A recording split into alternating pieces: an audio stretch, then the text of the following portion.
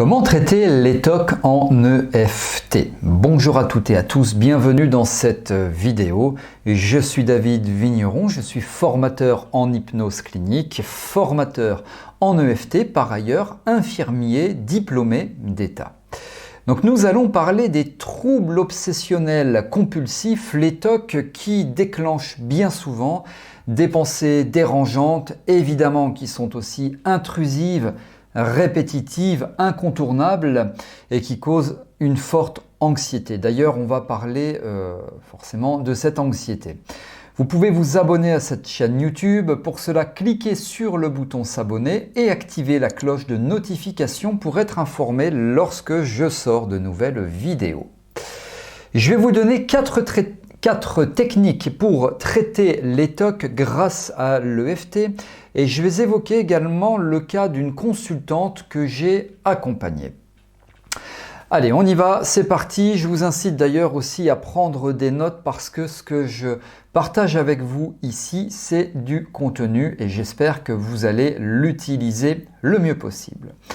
Alors, premièrement, je vous l'ai dit, les TOC, on le sait, ça provoque énormément de stress, énormément d'angoisse et d'anxiété chez les personnes qui en sont atteintes.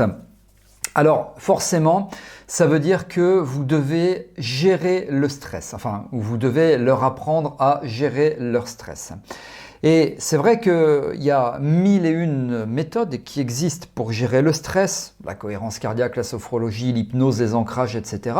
Mais vous avez aussi bien entendu l'EFT qui vous permet de gérer le stress en travaillant avec la réification, la visualisation, l'imagination, en travaillant sur les ressentis, la localisation et autres. Donc la première technique que je vous propose, c'est de travailler sur le stress puisque on pourrait considérer que, et là je prends un court raccourci, pardonnez-moi mais c'est pour illustrer mes propos, que TOC sur un cercle vicieux, sur ce même cercle vicieux nous avons le stress, les TOC provoquent du stress et le stress majore les TOC et le consultant s'inscrit sur un espèce de cercle vicieux avec ces deux paramètres duquel il va falloir sortir. Et donc, quand on est sur un cercle vicieux avec deux paramètres, il n'y a que deux solutions possibles, ou on travaille sur le premier paramètre, ou sur le deuxième, ou sur les deux. Il faut choisir ce qu'on décide. Donc, je vous propose de commencer par travailler sur le stress en lui-même. Je ne dis pas que vous allez tout faire avec ça, je dis que c'est une approche possible. En tout cas, c'est un bon début et l'EFT fonctionne très bien sur le stress, donc autant en profiter. Deuxièmement, si vous pratiquez l'EFT, vous pouvez tout à fait utiliser un ancrage. On connaît les ancrages tels que peut-être vous avez l'habitude de les utiliser en PNL, en hypnose, en sophrologie ou autre. Eh bien, l'EFT c'est quoi? C'est du tapping. On éduque nos consultants à tapoter certaines zones du corps. Et moi, ce que je fais, c'est que je demande, pas que pour les TOC, je vous l'avoue, pour diverses problématiques, monsieur ou madame, quel point vous semble être le plus efficace? Parce que là, on a une ronde, on a 12, 13, 14 points que vous tapotez régulièrement avec moi. D'après vous, c'est lequel le plus efficace? Puis la personne, par exemple, va vous dire, moi, je pense que c'est ces deux points-là, celui-ci ou les deux, parce qu'on peut tapoter un ou deux points en symétrie ou pas. C'est très bien. Et ça a une bonne nouvelle là, puisque je vous annonce que ceux-ci, s'ils sont efficaces pour vous, là on fait du tapping, mais il est tout à fait possible de les masser également. Et donc, quand vous êtes confronté à une situation qui va majorer les troubles obsessionnels compulsifs, eh bien vous allez pouvoir utiliser ces deux points ici. Et là, vous faites un ancrage sur ces deux points. Alors les ancrages, vous savez, ça peut être des ancrages respiratoires, des ancrages visuels, des ancrages olfactifs, des ancrages auditifs, du kinesthésique avec on se pince l'ongle, il y a 1001 façons de procéder. Et donc là, c'est typiquement un ancrage kinesthésique, donc c'est tout à fait possible de l'utiliser. Premièrement, travail sur le stress avec l'EFT. Deuxième technique, un ancrage sur un point d'EFT. Et vous l'avez compris, c'est le consultant qui décide quel est le point de tapping qu'il va utiliser. Et en l'occurrence, c'est celui qu'il pense être le plus efficace. Je vais poursuivre. Permettez-moi durant quelques instants de vous convier gratuitement à assister à une conférence en ligne qui s'intitule « Comment utiliser l'EFT lors de vos prises en charge thérapeutiques ». Je vais parler de beaucoup de choses dans ce webinaire, dans cette conférence en ligne. Qu'est-ce que l'EFT? Je vais parler de cela. Je vais aborder les 5 facteurs qui constituent l'efficacité bluffante, oui, j'utilise ce terme-là, de l'EFT. Je vais également évoquer quelles sont les différences et points communs avec l'EMDR. Je vais vous expliquer quelles sont les 3 erreurs à éviter lors de la pratique de l'EFT. Je vais vous communiquer évidemment les enseignements qui y sont liés. Je partagerai avec vous 3 exemples de prise en charge qui de base ne relevaient pas de l'EFT et pourtant vous verrez. Je vais vous donner de précieux conseils. Je vais vous offrir 2 cadeaux pour que vous puissiez commencer à appliquer l'EFT dès maintenant. Évidemment, je répondrai à vos questions. Le nombre de places est limité. L'inscription, c'est sous cette vidéo. Vous avez le lien pour ce faire. Faites vite et je vous retrouverai dans ce webinaire. Alors, comment traiter les TOC en EFT? 3e technique. Eh bien, on a en EFT, peut-être que vous en avez déjà entendu parler, des points 7-7 qui sont les points claviculaires ici. Je regarde sur mon écran de contrôle en même temps. Vous les voyez bien, ils sont juste là, 3 cm, 3 cm. Donc, on les situe à peu près ici. Et puis, on a également le GI4. Le GI4, il est ici. Hein, là où ça fait, c'est assez sensible quand vous stimulez. Et donc, vous pouvez tout à fait, là aussi, je vais vous reparler d'ancrage, poser un ancrage avec la personne. Alors, c'est, si vous voulez, au-delà de l'ancrage, parce que ce sont vraiment les points de libération émotionnelle en situation d'urgence, si vous voulez. Et quand la personne est confrontée à un élément qui va déclencher le TOC, eh bien, si par exemple, et je vais l'évoquer, c'est vérifier très souvent si les portes sont bien fermées, stop, c'est fini. Vous arrêtez de vérifier si les portes sont bien fermées ou mal fermées, et en vous, forcément, ça va générer de l'angoisse, de l'anxiété, selon ce que la personne vous aura décrit. Eh bien, vous allez utiliser 2 points, enfin 3 points, 1, 2, 3, donc en réalité c'est plutôt 2, 7, 7 et le point GI4, hein, celui-ci c'est le GI4. Vous allez utiliser 2 points pour diminuer, pour libérer cette charge qui est souvent très pesante, hein, cette charge émotionnelle et qui vous contraint à vérifier de très nombreuses fois si les portes sont correctement fermées. Donc en clair, vous éduquez votre consultant au point 7-7, vous l'éduquez au point GI4 et très souvent, moi je dis voilà, c'est lesquels les plus efficaces? Est-ce que c'est tapoter le 7-7 ou est-ce que c'est de stimuler le GI4? Si le consultant me dit bah pour moi c'est de stimuler le GI4, très bien. Donc quand vous êtes confronté à une situation où vous allez entre guillemets devoir vérifier si les portes sont correctement fermées, vous ne le faites pas. C'est un stop qui s'inscrit en vous, ça va générer une angoisse et vous libérez cette angoisse grâce au point 7, enfin là en l'occurrence le GI4 et ou le 7-7, il y a des personnes qui ont des affinités avec les deux, donc pourquoi pas avec les deux.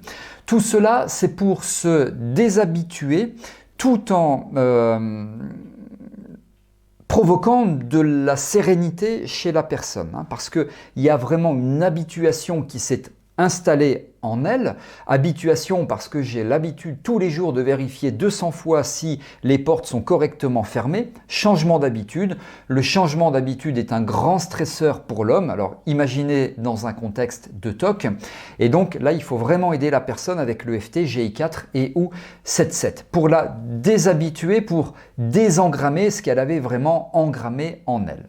Et ça, alors je ne dis pas que ça va se faire comme ça en claquant des doigts, il faut un petit peu de temps, ça ne va pas fonctionner du premier coup. Les premières fois, ça va peut-être marcher qu'une fois sur 8, mais croyez-moi, ça fonctionne. Il faut que, bien sûr, la personne coopère et il faut que vous soyez très formateur hein, au moment où vous expliquez à la personne comment faire, puisque vous êtes dans l'éducation thérapeutique.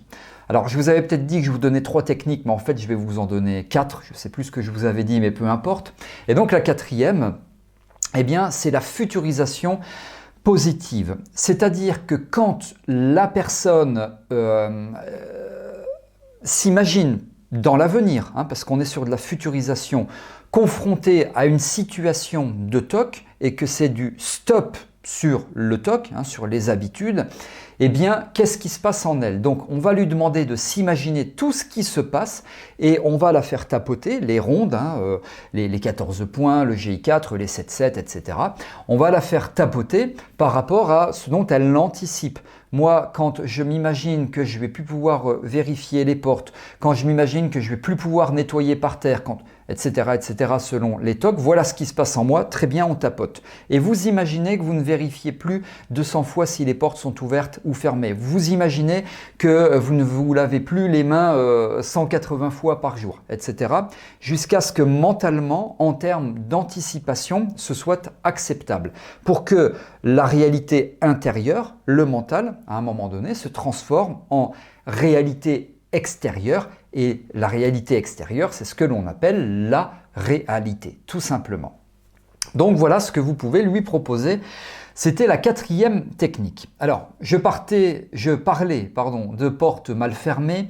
Il y a quelques mois de cela, j'ai accompagné une consultante qui venait me voir pour des TOC, hein, en l'occurrence, sans arrêt vérifier si les portes étaient bien fermées, si la battante des toilettes était bien refermée. Enfin, tout ce qui tournait autour de l'ouverture et de la fermeture. Une consultante chez laquelle j'ai pas particulièrement retrouvé de problématiques, de causes, si vous voulez, de problématiques sous-jacentes. Ça aurait pu être déclenché après un décès, par exemple, après une rupture sentimentale, après une humiliation, après un burn-out, que sais-je encore. J'ai absolument rien retrouvé de tout cela. Et donc, on a travaillé que sur les TOC. Enfin, ça, c'est déjà énorme. En 3 séances, le problème a été totalement réglé. Alors, on revient de loin parce qu'elle me disait que c'était à peu près 300 fois par jour, parce que les portes, on en a partout, entre les voitures, les maisons, la battante des toilettes, enfin les fenêtres, il y a des trucs absolument partout. C'était pas vraiment que les portes, hein, tout ce qui était lié aux ouvertures et fermetures. Et je ne vais pas dire qu'elle passait ses journées à ça, mais vous imaginez qu'on en était quand même pas très loin. Et donc, première séance, gestion du stress, EFT. J'ai même utilisé notre méthode que peut-être vous connaissez, la cohérence cardiaque. J'ai expliqué cette histoire avec le cercle vicieux duquel il faut sortir, ancrage, etc. Deuxième séance, j'ai commencé à l'éduquer à l'EFT, à bien montrer les rondes, la phase de préparation, enfin voilà, les procédures EFT, avec un ancrage posé sur un point, je ne sais plus c'était lequel, peut-être celui-ci, je ne sais plus du tout c'était lequel, peu importe. Avec l'éducation, à chaque fois que vous allez commencer à avoir envie de contrôler, eh bien c'est du stop qui s'inscrit en vous et vous utilisez, vous stimulez votre ancrage, hein, vous activez plutôt votre ancrage. Et pour cela, on va se laisser 2 mois. Vous faites ça pendant 2 mois. Au début, ça sera 5% de réussite, 10%, 20%, puis petit à petit, vous allez comme ça augmenter. Je l'ai revue 2 mois après. Elle estimait avoir réussi quelque chose comme à peu près aux alentours de 70%. Enfin, c'était pas totalement résolu.